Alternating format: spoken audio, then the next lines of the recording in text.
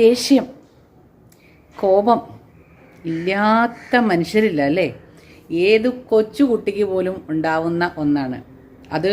അധികമായാലും പ്രശ്നമാണ്, തീരെ ഇല്ലെങ്കിലും അവർക്ക് എന്തോ പ്രശ്നമുണ്ട്. ഈ കോപം ശരിക്കും പറഞ്ഞു കഴിഞ്ഞാൽ ചില സമയത്ത് നല്ലതാണ്, എന്നാൽ കൂടുതലും ദോഷം തന്നെയാണ് നമ്മുടെ ജീവിതത്തിൽ.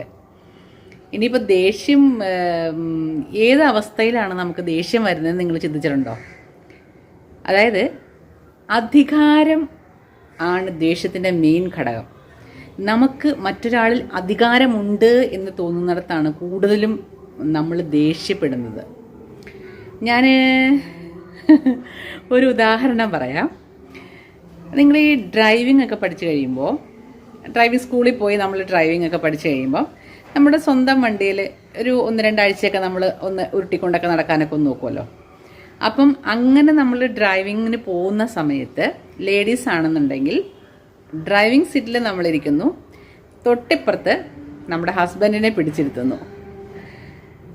അത് പോയിട്ടുള്ളവർക്കറിയാം അതിൻ്റെ ദൂഷ്യഫലങ്ങൾ എന്തൊക്കെയാണെന്ന്. അതായത് നമ്മളിൽ അവർക്കൊരു അധികാരമുണ്ട് ഇല്ലേ? ഇപ്പം നമ്മൾ എങ്ങനെയൊക്കെ ഡ്രൈവ് ചെയ്തെന്ന് വെച്ചാലും എന്താ പറയുക, ആ ആയുസ്സിൽ നമ്മൾ കേൾക്കാത്ത രീതിയിലുള്ള ചീത്തയും തെറിയും നമുക്ക് ഇവരുടെ കയ്യിൽ നിന്ന് കേൾക്കേണ്ടി വരും ഇല്ലേ?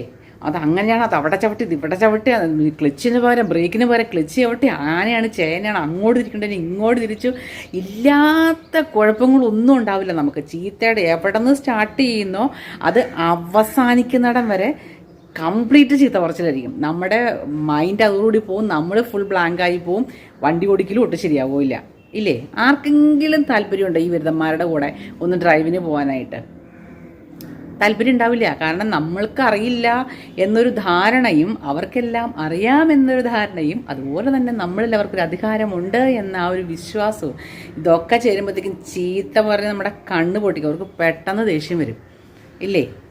അതുപോലെ തന്നെ എന്നാൽ ഈ ഒരു സംഭവം നമ്മളുടെ സ്ഥാനത്ത് ഇവരുടെ വല്ലോ കാമുകിയോ അപ്പുറത്തെ വീട്ടിലെ ചേച്ചിയോ അല്ലെങ്കിൽ അങ്ങനെ ആരെങ്കിലുമോ സുഹൃത്തുക്കളോ ആരെങ്കിലും ആണ് ഇരിക്കുന്നത്, അല്ലെങ്കിൽ ഇവരുടെ ഒരു മേലധികാരിയാണ് ഇരിക്കുന്നത് എങ്കിൽ ഇവർ ഈ ഒരു നമ്മൾ ഈ കാണിക്കുന്ന സെയിം തെറ്റുകൾ അവർ കാണിച്ചാൽ പോലും അവർ ഈ ഒരു സമീപനമായിരിക്കുമോ?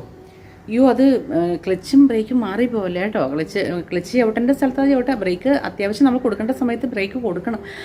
അങ്ങനെയൊക്കെ ഈ എന്ത് മയത്തിലായിരിക്കും ഇവർ പറയുന്നത്. എന്തുകൊണ്ടാണ്? ഇവർക്ക് അവരിൽ വലിയ അധികാരമൊന്നുമില്ല.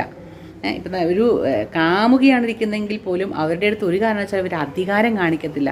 ഭയങ്കര അങ്ങോട്ട് എന്താ പറയുക, ഇവരുടെ ആ ഒരു അഭിനയം നമുക്കവിടെ കാണാനായിട്ട് സാധിക്കില്ല. അവർക്ക് അന്നേരം ദേഷ്യമൊന്നും വരത്തില്ല. നിസ്സാരം നമ്മുടെ വീട്ടിൽ കുഞ്ഞുങ്ങൾ ഇപ്പോൾ 2-3 കുട്ടികളുണ്ടെന്ന് വെക്കുക. ഈ മൂത്തയാൾക്ക് ഇളയ കുട്ടിയുടെ അടുത്ത് ഇച്ചിരി അധികാരം കൂടുതലായിരിക്കും. അവർ ഭയങ്കരമായിട്ട് റേസ് അവരുടെ അടുത്ത് ചൂടാവുകയും അങ്ങനെയുള്ള കാര്യങ്ങളൊക്കെ നടക്കും ഇല്ലേ? എന്നാൽ നമ്മുടെ അയൽവക്കത്തെ ഒരു കുട്ടി ഇവിടെ ഒന്ന് വരട്ടെ, ഒരു കൊച്ചുകുട്ടിയാണെന്നുണ്ടെങ്കിൽ ആ കുട്ടി ഇവിടെ ഒന്ന് വരട്ടെ, അല്ലെങ്കിൽ നിങ്ങളുടെ ഫ്രണ്ടിൻ്റെ അനിയത്തിയോ അനിയന്മാരോ അങ്ങനെ ആരെങ്കിലും ഒന്ന് വരട്ടെ, ഈ സെയിം തെറ്റുകൾ അവർ ചെയ്താൽ പോലും എന്ത് നയത്തിലായിരിക്കും അവരോട് പെരുമാറുന്നത് അല്ലേ? ഭയങ്കര സോഫ്റ്റായിട്ടായിരിക്കും ആ കാര്യം അവരോട് പറഞ്ഞു കൊടുക്കുന്നത്. ഇപ്പം നമ്മളൊരു പൊസിഷനിൽ ഇരിക്കുന്ന ഒരാളാണെങ്കിൽ തന്നെ നമ്മൾ ആ ഒരു പൊസിഷനിൽ ഇരിക്കുമ്പോൾ നമ്മുടെ കീഴ് ഉദ്യോഗസ്ഥരുടെ അടുത്ത് ഭയങ്കര ദേഷ്യമായിരിക്കും, തൊട്ടതിനും പിടിച്ചതിനൊക്കെ ദേഷ്യമായിരിക്കും ഇല്ലേ? എന്നാൽ നമുക്ക് മുകളിലുള്ള ഒരാളുടെ അടുത്ത് നമ്മൾ അതുപോലെ ദേഷ്യപ്പെടുമോ? ഇല്ല. അതായത് ഞാൻ ഏതാണ്ട് വലിയ സംഭവമാണ് എന്ന് തോന്നുന്നിടത്താണ് മെയിനായിട്ട് നമുക്ക് ദേഷ്യം വരുന്നത്. അങ്ങനെയില്ലേ? അങ്ങനെയുണ്ട്. അപ്പോൾ നമ്മൾ ശരിക്കും പറഞ്ഞു കഴിഞ്ഞിട്ടുണ്ടെങ്കിൽ നമ്മളിൽ നിന്നും മാറ്റിക്കളയേണ്ട ഒരു ഭാവമാണ് ഈ പറയുന്ന ഞാൻ എന്ന ഭാവം എന്ന് പറയുന്നത്. എനിക്കാണ് അവിടെ പ്രാമുഖ്യം എന്ന് തോന്നുന്നിടത്ത് നമുക്ക് ദേഷ്യം കൂടും. അല്ലാത്തടത്ത് നമ്മൾ കുറച്ച് അടങ്ങി നിൽക്കും. നമുക്ക് എടുക്കാൻ പറ്റാത്തൊരു സ്ഥലത്ത് ഒരു കാരണവശാലും നമ്മൾ ദേഷ്യപ്പെടില്ല. അപ്പോൾ അതിന് മെയിൻ കാരണം നമ്മുടെ ആ ഒരു മാനസികാവസ്ഥ തന്നെയാണ്. അപ്പോൾ നമ്മൾ എവിടെയാണ് കൺട്രോൾ ചെയ്യേണ്ടത്? നമ്മുടെ മനസ്സിനെ കൺട്രോൾ ചെയ്യാൻ പഠിക്കേണ്ടത് എവിടെയാണ്? ഞാൻ എന്ന ആ ഒരു ഭാവം അത് എല്ലായിടത്തും നമ്മൾ എടുക്കാതിരിക്കുക. നമ്മൾ പ്രതീക്ഷിക്കുന്ന രീതിയിൽ മറ്റൊരാൾ പെരുമാറാതെ വരുമ്പോഴാണ് നമുക്ക് അവരുടെ അടുത്ത് കൂടുതലും ദേഷ്യമൊക്കെ വരുന്നത്. അതായത് ഒരു കുഞ്ഞിൻ്റെ അടുത്ത് നമ്മൾ പറയുകയാണ്, മോനെ ഇത് അവിടെ ഒന്ന് കൊണ്ടുപോയി വെച്ചോ, നീ നിലത്തിട്ട് പൊട്ടിക്കൊന്നും ചെയ്യല്ലേ കേട്ടോ. അപ്പോൾ ആ കുഞ്ഞ് പോകുന്ന ഇടയ്ക്ക് എന്തായാലും പിള്ളേർ മര്യാദയ്ക്കൊന്നും പോകത്തില്ല, ഇങ്ങനെ ഇളകി തുള്ളിയൊക്കെ പിള്ളേർ നടക്കുള്ളൂ. ഈ സാധനം കയ്യിലിട്ട് ഇളക്കി കൊണ്ടുപോയി സംഭവം താഴെയിട്ട് എൻ്റെ അമ്മേ എന്താ ദേഷ്യം. ഞാൻ ദേഷ്യപ്പെട്ടിട്ടുണ്ട് കേട്ടോ, അതാ ഞാൻ പറയുന്നത്. ഭയങ്കര ദേഷ്യമായിരിക്കും. പിന്നെ അതിനെ കൊണ്ട് കൊല്ലാനുള്ള ദേഷ്യമായിരിക്കും നമുക്ക് തോന്നുന്നത്. എന്തുകൊണ്ടാണ് ഞാൻ പറഞ്ഞ നമ്മുടെ പ്രതീക്ഷയ്ക്ക് വിരുദ്ധമായിട്ട് അവർ ചെയ്തു, ഞാനത് അവിടെ കൊണ്ടുപോയി അടക്കി ഒതുക്കി വെക്കാൻ പറഞ്ഞിട്ട് അതിനെതിരായിട്ട് ഈ കൊച്ചു നടന്നു പോയി അവിടെ കൊണ്ടുപോയി അത് പൊട്ടിച്ചില്ലേ, പിന്നെ നമുക്ക് പിടിച്ചാൽ കിട്ടുമോ? അതാണ് സ്വയം നമ്മൾ അറിയാതെ തന്നെ നമ്മളിൽ വരുന്ന ഒരു സംഭവം കൂടിയാണ് ഈ ഒരു ദേഷ്യം എന്ന് പറയുന്നത്. ഈ ദേഷ്യം ചില സമയത്ത് കുറച്ച് ഗുണം ചെയ്യും കേട്ടോ. അതെപ്പോഴാണെന്നറിയോ? നമ്മൾ ഈ ലേഡീസൊക്കെ തന്നെ ഒറ്റയ്ക്ക് യാത്ര ചെയ്യുമ്പോഴും അതല്ലെങ്കിൽ ഒരു വീട്ടിൽ ഒറ്റയ്ക്ക് താമസിക്കുമ്പോഴും നമ്മൾ ഇപ്പം വിദേശത്തൊക്കെ ജോലി ചെയ്യുന്ന ഭർത്താക്കന്മാരുടെ ഭാര്യമാരെ നാട്ടിൽ നിൽക്കുന്നവരൊക്കെ ആണെന്നുണ്ടെങ്കിൽ ഇവർക്ക് പൂവാലച്ചിലൊക്കെ ഇച്ചിരി കൂടുതലുള്ള സമയമൊക്കെ ആയിരിക്കും ആ ഒരു സമയം എന്ന് വെച്ചിട്ടുണ്ടെങ്കിൽ. എല്ലാവർക്കും ഇല്ല, ചിലർക്ക്. അപ്പം അങ്ങനെ വരുന്ന ഒരു സിറ്റുവേഷനിൽ നിങ്ങളെ ആരെങ്കിലും തെറ്റായ രീതിയിൽ നോക്കുകയോ അല്ലെങ്കിൽ തെറ്റായ ഒരു സമീപനം നിങ്ങളിലേക്ക് വരുന്നു എന്ന് തോന്നിക്കഴിഞ്ഞിട്ടുണ്ടെങ്കിൽ കുറച്ച് ദേഷ്യത്തിൽ മുഖമൊക്കെ ഒന്ന് കടുപ്പിച്ച് അവർ രൂക്ഷമായിട്ട് നിങ്ങളൊന്ന് നോക്കിക്കേ. ആ ഒരു ഇത് അപ്പം തന്നെ അവരവിടെ സ്റ്റോപ്പ് ചെയ്യും. ഒരു ടെൻഷൻ ഉണ്ടാവും പെട്ടെന്ന് അവർക്ക്. ആ വരുന്ന ഒരു സമീപനത്തിൽ നമ്മുടെ ആ ഒറ്റ നോട്ടത്തിൽ അവരവിടെ നിൽക്കും. ആ സമയത്തൊക്കെ നമുക്ക് ദേഷ്യം ആവശ്യമാണ്.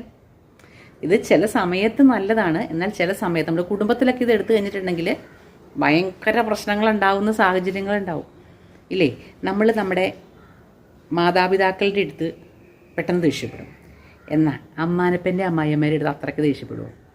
ഇല്ല. അത് ആണുങ്ങളായാലും അതെ പെണ്ണുങ്ങളായാലും അതെ ഒരു ഡിസ്റ്റൻസ് അവിടെ ഇങ്ങോട്ട് വരും. നമ്മളുടെ ആ ഒരു അധികാരത്തിന് കുറച്ചൊരു ഗ്യാപ്പ് വരും അവിടെ ഇല്ലേ. ഇപ്പോൾ കുഞ്ഞുങ്ങളൊക്കെ നമ്മുടെ കുട്ടികൾ വലുതായി, നമ്മുടെ കുട്ടികൾ ആയിരിക്കുന്ന സമയത്ത് നമ്മൾ പറയുന്ന എല്ലാ കാര്യങ്ങളും അവർ ചിലപ്പോൾ നമ്മൾ എന്ത് പറഞ്ഞാലും അവരത് എന്താ പറയുക സഹിച്ചും ക്ഷമിച്ചും ഒക്കെ നിൽക്കും. പക്ഷേ അവർക്ക് ജോലി കിട്ടി, നമ്മൾ അവരുടെ ചിലവിൽ കഴിയുന്നു എന്നൊരു സിറ്റുവേഷൻ വന്നു കഴിഞ്ഞിട്ടുണ്ട് എങ്കിൽ ഈ പറയുന്ന ദേഷ്യം നേരെ തിരിയും.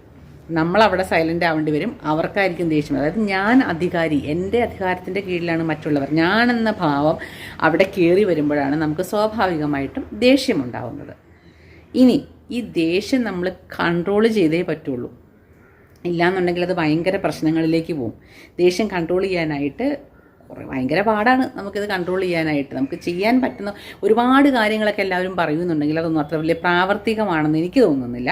നമുക്ക് നോർമലി സാധാരണ ഒരു മനുഷ്യന് ചെയ്യാൻ പറ്റുന്ന കാര്യം എന്ന് പറഞ്ഞിട്ടുണ്ടെങ്കിൽ നമുക്ക് പെട്ടെന്ന് ദേഷ്യം വരുന്നു എങ്കിൽ ആ വരുന്ന സാഹചര്യത്തിൽ നിന്നും കുറച്ച് സമയത്തേക്ക് ഒന്ന് വിട്ടു നിൽക്കുക.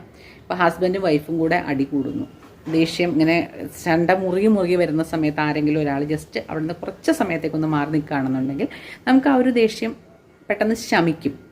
ആ പോകുന്ന പോക്കിൽ നമ്മൾ വേറെ എന്തെങ്കിലും കാര്യത്തിലേക്ക് ഇൻവോൾവ് ആവുകയാണെന്നുണ്ടെങ്കിൽ പെട്ടെന്ന് വേറെ എന്തെങ്കിലും ജോലിയിലേക്ക് ഇൻവോൾവ് ആവുകയോ അല്ലെങ്കിൽ നിസ്സാരം ആരെങ്കിലും ഒന്ന് ഫോൺ ചെയ്യുക, ആ ഒരു സമയത്ത് നമ്മുടെ ആ ഒരു മൈൻഡ് പെട്ടെന്ന് അങ്ങോട്ട് ചേഞ്ച് ആവും. ആ ഒരു പോകുന്ന ആ പോക്കിൽ നിന്ന് ചെറിയൊരു വേരിയേഷൻ അങ്ങോട്ടും ഇങ്ങോട്ടും വന്നു കഴിയുമ്പോഴത്തേക്കും നമ്മുടെ മൈൻഡ് ഓട്ടോമാറ്റിക്കലി ചേഞ്ച് ആവും. അത് നമുക്ക് ചെയ്യാൻ പറ്റുന്ന ഒരു കാര്യമാണ്. നമുക്ക് ഏത് സാഹചര്യത്തിലാണോ നമ്മളുള്ളത് അവിടെ നിന്നും ഫിസിക്കലി നമ്മൾ അങ്ങോട്ടോ ഇങ്ങോട്ടോ ഒന്ന് മാറി നിൽക്കുക. മൈൻഡ് നമുക്ക് അങ്ങോട്ടും ഇങ്ങോട്ടും കൊണ്ടുപോകാൻ പറ്റുക എന്നൊക്കെ പറഞ്ഞു കഴിയുമ്പോഴത്തേക്ക് എല്ലാവർക്കും അതൊന്നും പോസിബിൾ അല്ല. നിങ്ങൾ പെട്ടെന്ന് നല്ല കാര്യങ്ങൾ ചിന്തിക്കുക അങ്ങനെയൊക്കെ പറഞ്ഞു കഴിയുമ്പോഴത്തേക്ക് എല്ലാവർക്കും അതൊന്നും പോസിബിൾ അല്ല. പക്ഷേ ഈ ഒരു സംഭവം നമ്മൾ അവിടെ നിന്ന് കുറച്ച് സമയത്തേക്കൊന്ന് ഒഴിവായി നിൽക്കുക എന്ന് പറയുന്നത് അത് പ്രാവർത്തികമാക്കാൻ പറ്റുന്ന ഒരു കാര്യമാണ്. പിന്നെ നമ്മൾ പറ്റുന്ന സിറ്റുവേഷനിലൊക്കെ ആണെന്നുണ്ടെങ്കിൽ ഡീപ്പ് ബ്രീത്ത് എടുക്കുന്നത് നല്ലതാണ്. അതായത് കിടന്നുകൊണ്ട് എടുക്കാൻ പറ്റുന്ന സാഹചര്യമാണെന്നുണ്ടെങ്കിൽ വീട്ടിലൊക്കെ ആണെന്നുണ്ടെങ്കിൽ പോയി റൂം അടച്ച് ഒന്ന് കിടക്കുക.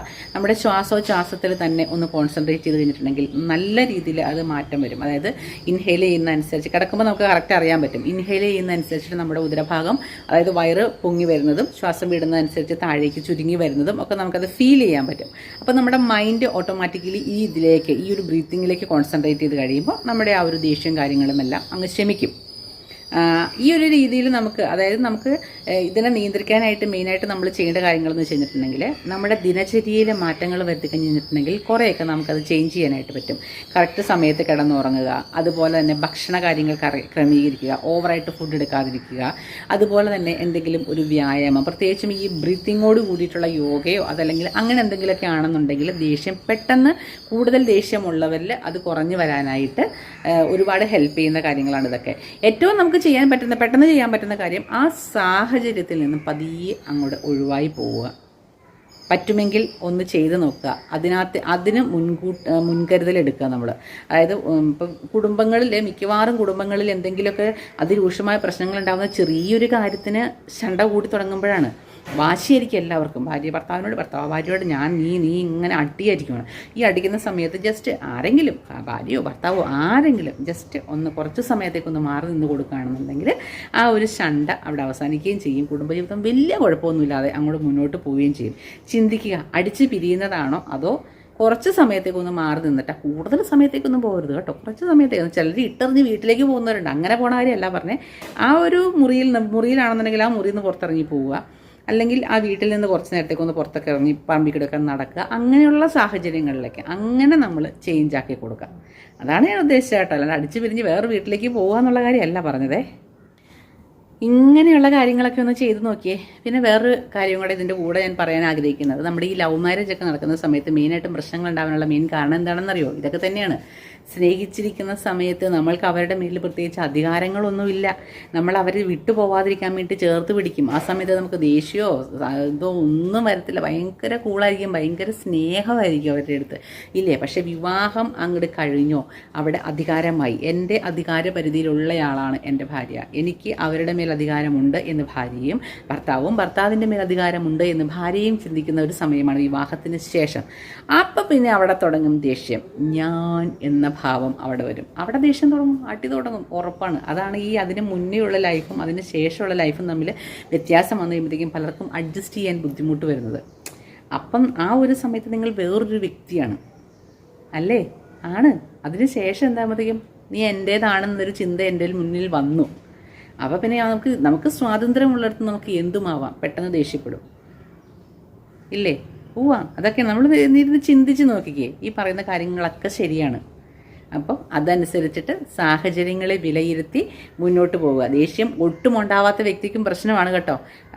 എന്തെങ്കിലും നമ്മൾ ട്രീറ്റ്മെൻറ്റ് എടുക്കേണ്ടി വരും. ഏതൊരു മനുഷ്യനും ദേഷ്യം ഉണ്ടാവും. പക്ഷേ അത് നമ്മൾ നിയന്ത്രിക്കാനുള്ള വഴി കൂടി, നമ്മുടെ മൈൻഡിനെ നിയന്ത്രിക്കാനുള്ള വഴി എന്താണെന്ന് നമ്മൾ കൂടി ചിന്തിച്ച് കണ്ടുപിടിക്കേണ്ട ഒരു കാര്യമാണ്. ഇതിൽ ഏത് ചെയ്താൽ എൻ്റെ മൈൻഡ് ഒന്ന് ഡൗൺ ആകും എന്ന് ചിന്തിച്ചിട്ട് ആ രീതിയിൽ പ്രവർത്തിച്ച് കഴിഞ്ഞിട്ടുണ്ടെങ്കിൽ വലിയ കുഴപ്പമൊന്നുമില്ലാതെ നമുക്ക് മുന്നോട്ട് പോകാനായിട്ട് സാധിക്കും. അപ്പോൾ എല്ലാവരും നല്ലത് മാത്രം ചിന്തിക്കുക, നല്ലത് ചെയ്യുക. Happy day.